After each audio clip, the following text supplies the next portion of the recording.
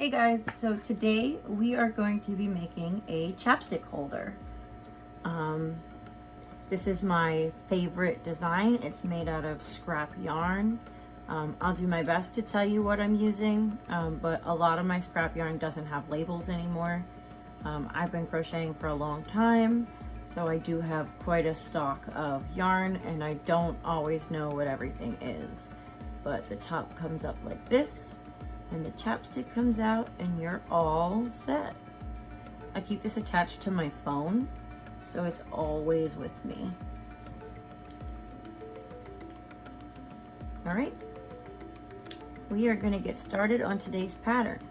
You will need a few stitch markers, and you will definitely need a darning needle. I am going to be using skeins that I don't really use a whole lot of, and one of them is red. This is, I love this yarn. I got this at Hobby Lobby. It is in the color red 40. It is 100% acrylic. It is 355 yards and it is medium weight 4. The recommended hook size is a 5mm, but I am a big fan of my 3mm. I'm also going to be using this white. I believe this came from Walmart, and this is Peaches and Cream. It's more white than I usually use. I usually use a cream color now. So when I say scrap yarn, I'm just talking about stuff that you don't necessarily use all the time. You can use any color. All right, so to get started, we are going to make a magic circle. For this magic circle, we are going to put 6 single crochets in the magic circle. So 1, 2, 3, 4, 5, 6. And then I'm going to tighten it down.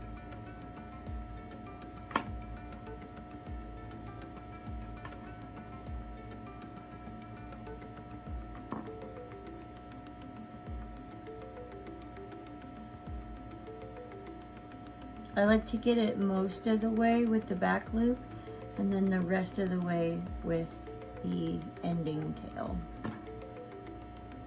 Okay, so once we have the back tightened down, we're going to grab our working yarn and we're going to just make sure that we have 6 single crochets. So 1, 2, 3, 4, 5, 6. And I'm glad I counted backwards. That way I didn't work into this very first stitch right here, which was the like slip stitch onto the magic ring. So I'm going to skip this very first stitch and I'm going to work into this stitch for round 2. Round 2 is just going to be increases in each stitch around. So a total of 12 stitches. So 1, 2, 3, 4, 5, 6, 7, 8, 9, 10, 11, 12. Now that we have 12 single crochets all the way around, we are going to grab a stitch marker. For round 3, we are going to do 1 increase and 1 single crochet. So I'm going to put the single crochet first and then the increase, but you can do it any way you like. So I'm going to do 1 single crochet and I'm going to put my stitch marker in the very first stitch. And then I'm going to do 1 increase. So 1 single crochet, 2 single crochet. Oops, tangled my yarn. 1 single crochet, 2 single crochet. And we're going to continue this all the way around 6 times. So we did 2 here, we have to do it 4 more times. 1, 2, 3. 1, 2, 3. 1, 2, 3. 1, 2, 3. All right, now that row 3 is completed, we have 18 single crochets around the whole circle. For row 4, we are going to be doing 2 single crochets, 1 increase. So we are going to do 1 single crochet, add our stitch marker,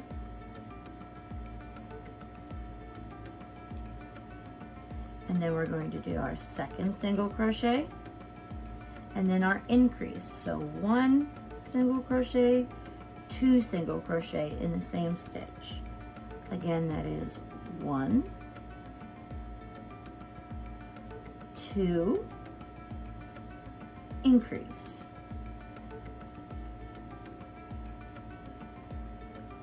1, 2, increase, oops,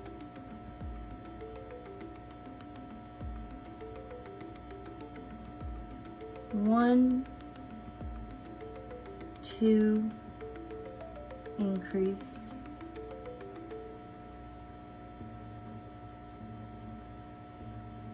1, 2, increase. Now sometimes when I get to the end I panic because I think, oh my goodness, I have 3 stitches left, but I have to put in 4 stitches. I constantly forget that I am doing 1, 2, increase, which is in the same stitch. So I constantly forget how to count, how to do the most basic of basic things. So it is 1 and 2 and increase.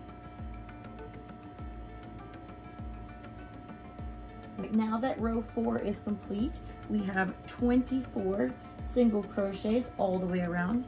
So for rows 5 through 7, we are just going to do 24 single crochets, one single crochet in each stitch. So 5 to 7 is 5, 6, and 7. So that is 3 separate rounds. I will meet you back here when we're done with that. I have made it to the end of my 3rd row of 24 single crochets. You can make 1 slip stitch and leave this as it is. If you want to, you can slip stitch the whole way around to give it sort of a border, but I personally am going to do something called the crab stitch or the reverse single crochet. So the way I do my reverse single crochet is I slip stitch 2 stitches just to make sure I have a nice flat surface to begin with, so there's no more like step up, even though it was ever so slight. I am going to flip my hook upside down, and I am going to work, instead of crocheting this way, which we usually do, I am going to be crocheting in this direction. So I'm going to stick my hook through that first slip stitch, the second slip stitch that I did, excuse me. I'm going to steal the yarn from underneath. I'm going to pull it up, and I'm going to grab some more yarn on top.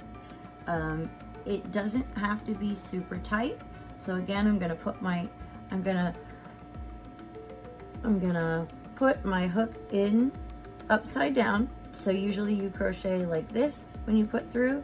I'm gonna put my hook in upside down, push it back through. I'm going to steal yarn. I'm going to keep it right here on the right side of the hook. I'm going to grab some more yarn and I'm going to pull it through.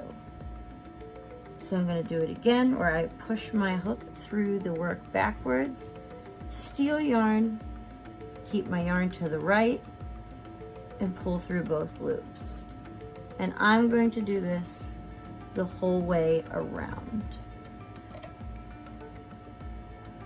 It took me like 15 tries to learn how to do this the first time. So if you're looking at this going, what the heck is that? Believe me too. So one more time and then I will meet you at the end. I'm going to put my hook through, grab the yarn, keeping the yarn on the right of the hook. I'm going to steal. I'm going to pull it through both, and I'm going to do that the whole way around. I will come back to you when my reverse single crochets are finished. All right, so I have one reverse single crochet left to do. I think it's only one. And I will show you what I do to end the round. So there's my reverse single crochet. And then my first one's not so great, so I think I am going to do an additional just right over top. That way it all looks pretty uniform when it's all said and done. I am going to cut, not a super long tail, but like long enough to sew it in. And I'm just going to pull it so that there's a little bit of tension. And I'm going to flip it inside out. I'm going to grab my darning needle and I'm just going to bury the yarn as best I can. The only thing to keep in mind is you did not work this direction, you worked this direction. So I'm going to keep with the flow of the direction I crocheted, and I'm going to bury at least 4 stitches into the reverse single crochet. And then I'm just going to pick like a column. So this is what I'm calling a column right here. And I am going to just go under the bars that go straight across like this until I get to that center post.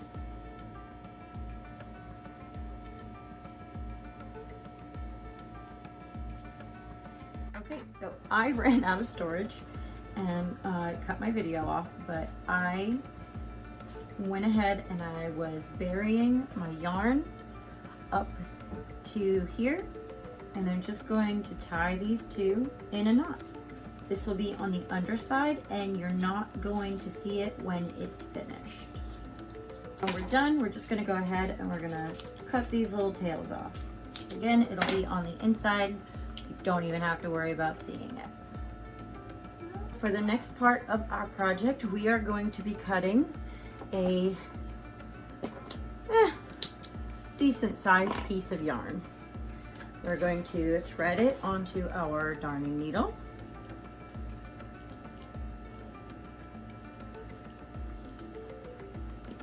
And the way we're going to do this is we are going to, so this is the wrong side where we tied our ends together. We have it flipped right side out again. We are going to pick 1, 2, so in between these 2 rows. So if you're counting from the bottom, there'll be 1 row, 2 row, 3 rows. So between 2 and 3, we are going to stick our darning needle. And we're going to pull about this far, leaving the tail. You don't need to tie a knot, we'll do that at the end. So what I do is I take, there's 1 stitch and 2 stitch, and I simply stitch here. This is effectively going to be, oops, I grabbed my tail, see? This is effectively going to be the mouth of the little mushroom. Like we see on this one, how it has a teeny tiny little mouth. So after that, you just randomly start placing little circles. I said circles, I meant stitches. The smaller you make them, the more like little dots they look. Just make sure you're not catching that tail. It is a little bit hard not to do, but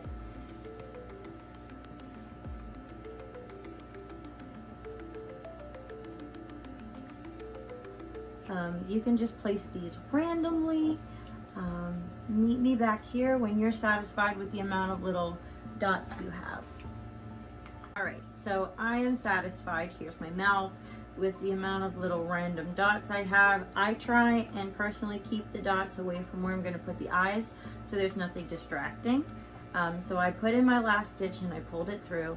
Now I'm going to flip this inside out, and I don't want to carry this all the way over here because then it can get caught on stuff, and I do have some long ones, but I just want to like catch a stitch, making sure not to go through the front, just the back, and head over to this. So then again, we're just going to tie it in a knot, but don't cut this off yet because we're going to need it for the eyes.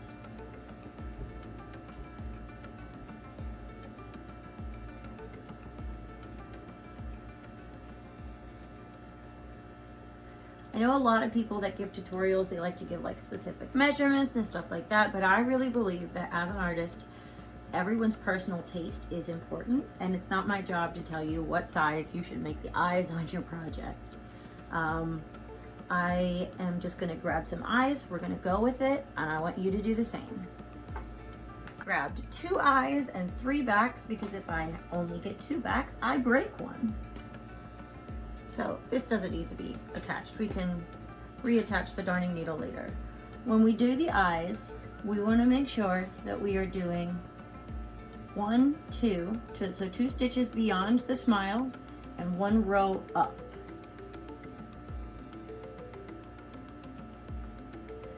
So I'm going to put in the first eye, and then I'm going to do 2 stitches beyond the smile and 1 row up.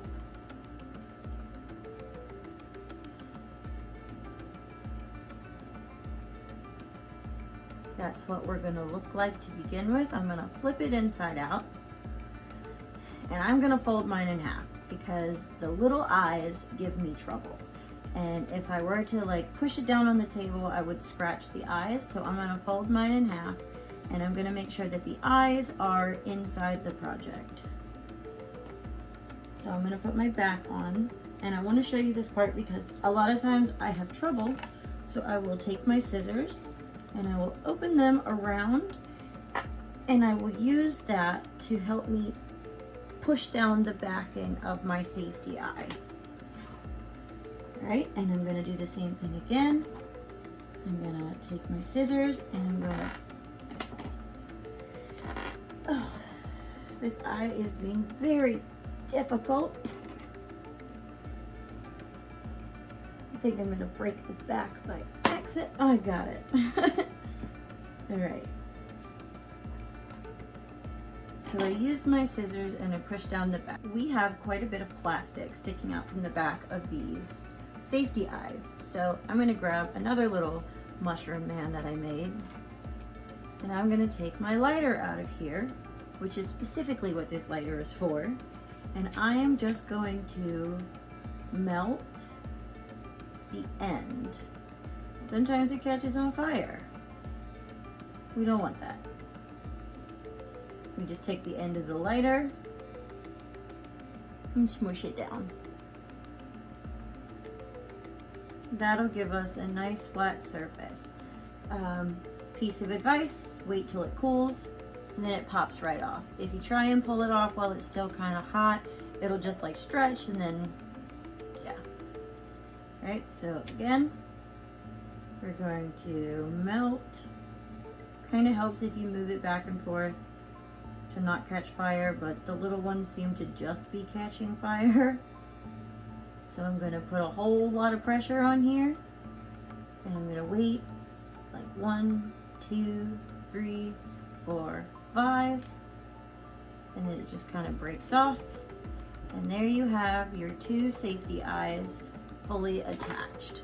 So like I said, this is a scrap project. This is just a random ball of yarn. It's not black, it's just dark gray, but it's the closest scrap to black I had. Look at me tearing it all apart.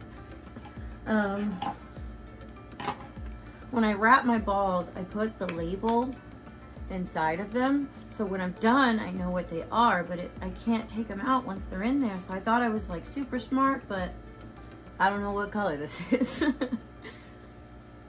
So I'm going to take the white off the darning needle and put the black on. And then you can do the rest of the eyes however you want to. I like to start a little bit in front of the white that I put on. And I just like do the same process as before.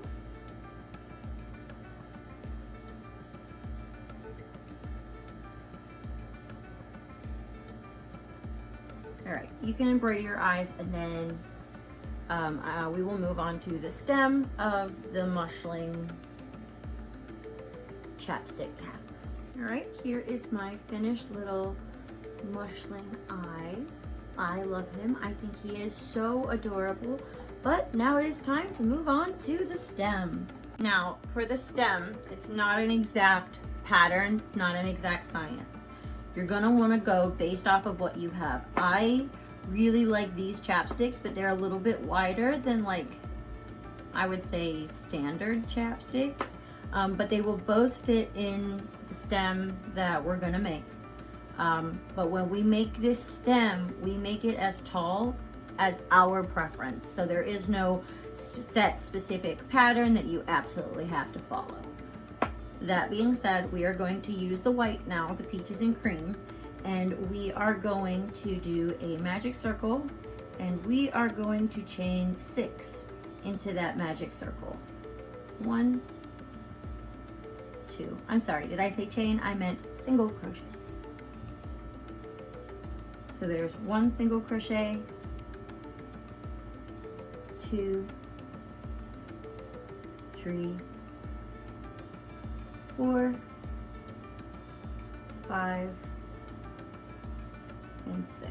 So I'm going to pull this out. I'm going to tighten down my magic circle.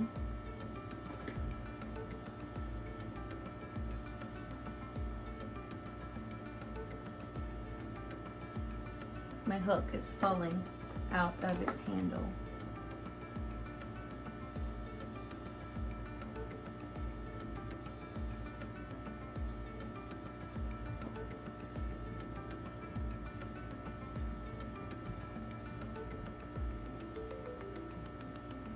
All right, so 1, 2, 3, 4, 5, 6.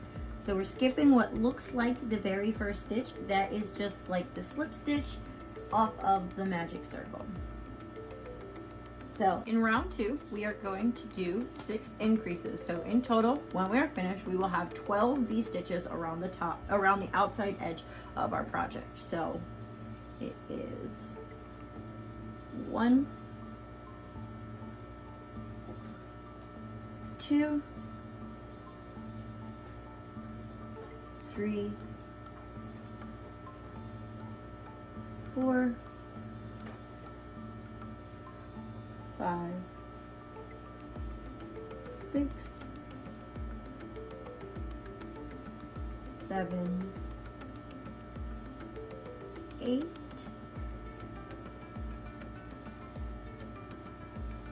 9, 10. Oh, that was really loose. It's okay. 11, 12.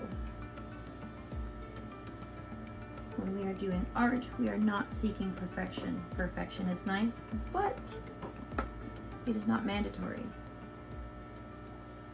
Okay, so I put my little piece of chapstick on here.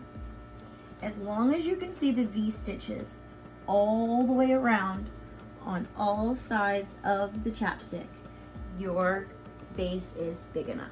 If you needed a bigger base, your next stitch would be 1 single crochet, 1 increase. So it would be 1 single crochet and then 2 stitches in the next stitch, 6 times all the way around, and you would have a total of 18 stitches. But for my specific chapstick, I only need 12 stitches.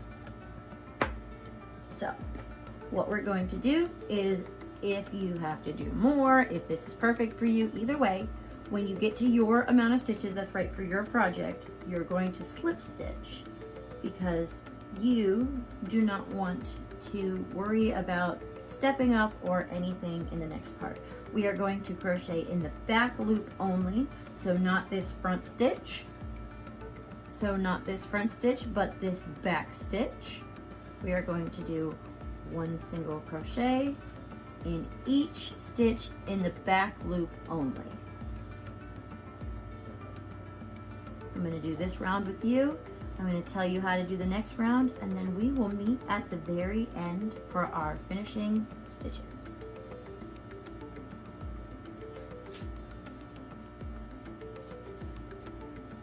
Okay, so I just finished my 12 stitches in the back loop only, leaving me with this cute little ridge all the way around. So now what I'm going to do is I'm going to pull this so I don't lose it. I have this long tail, but I'm going to be working in a really tiny round to build it up, and I need to deal with that tail. You can bury it, you can do whatever you want. I have a sewing pin. I simply just cut it off. And if you don't trust that, you can get like a dollop of super glue, and you can just put a dollop of super glue right on top of that stitch, and it'll stay put. But if you don't do it now, you won't be able to do it in the future. So from now on, we will be working specifically like in the round with no like slip stitching or anything like that. So we are just working in the round. I want to say it's going to be anywhere between 9 and 15 rows for your chapstick. Once you get it to the height that you want, I usually try to take mine up to like wherever this nub is. So my chapstick opens like this, so my chapstick is over here. I usually take it up to this little white piece, and then I call it quits and I do the next step. But once you get where you want it to be, come back and we will meet again. Okay, so I finished. I would have done 1, 2, 3, 4, 5, 6, 7, 8, 9, 10. And it fits my chapstick like this. Oh, I don't want to put it in that way. I want to put it in this way so I don't lose the cap. I went ahead and finished, and then I forgot I was filming. So I did a whole bunch of chains. I'm not sure how many chains this is. I want to say between, 30 and 60 chains, depending on what you want. Like, where do you want to attach this to? What do you want to do with it? What we're going to do is we're going to make the chains as long as we want it to be. And remember, we're going to be sticking it through this so that this is going to go on top. So you do have some space. You don't have to like cover the whole thing. You do have some space. What we're going to do is once we get the amount of chains that we want, we are going to take and we are just going to cut what looks like an unreasonable amount of yarn, but for good reason. I'm going to go ahead and I'm going to keep this loop big because I don't want to lose it. And I'm going to stick my crochet hook on either side of that beginning magic circle. I'm going to reach through my chain, I'm going to grab it, and then I'm going to pull it through. Sometimes it's a little bit difficult, but I believe in you. I have full faith in you. We're going to pull out this end. And then we're going to stick our crochet hook in the wrong side, which is this side. We're going to make sure we're on the same side that it's going to come back down on, and we're going to stick it in. I'm going to grab the chain again. I'm just going to grab like one, maybe if I can, one section, and I'm going to pull it back down through. And then I'm going to pull the tail out.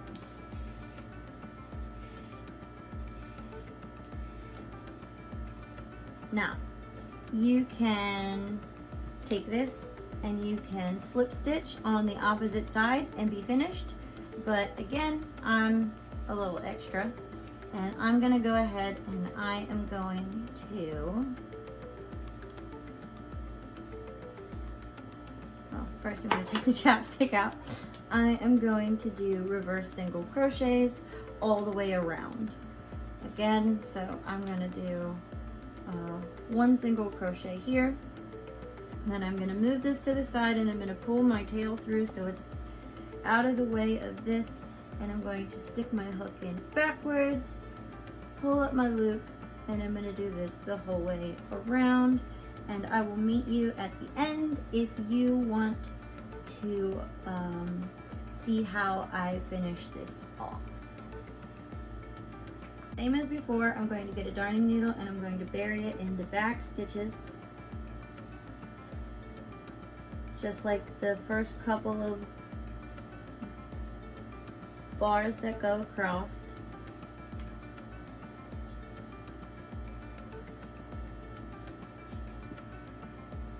Like this. And then I'm going to move on to the next column and I'm going to grab like 2 or 3 more. I'm going to do it again. And then you can either tie it off or you can just cut it. I'm just going to cut it because I know that I'm going to put a dollop of super glue on mine. So I'm going to cut it really close. I'm going to take my super glue and I'm going to cover the end generously. And I'm going to take the back of my crochet hook and I'm going to push it against the wall so it stays secure. Once you're done with that step, you go ahead, you put your chapstick in.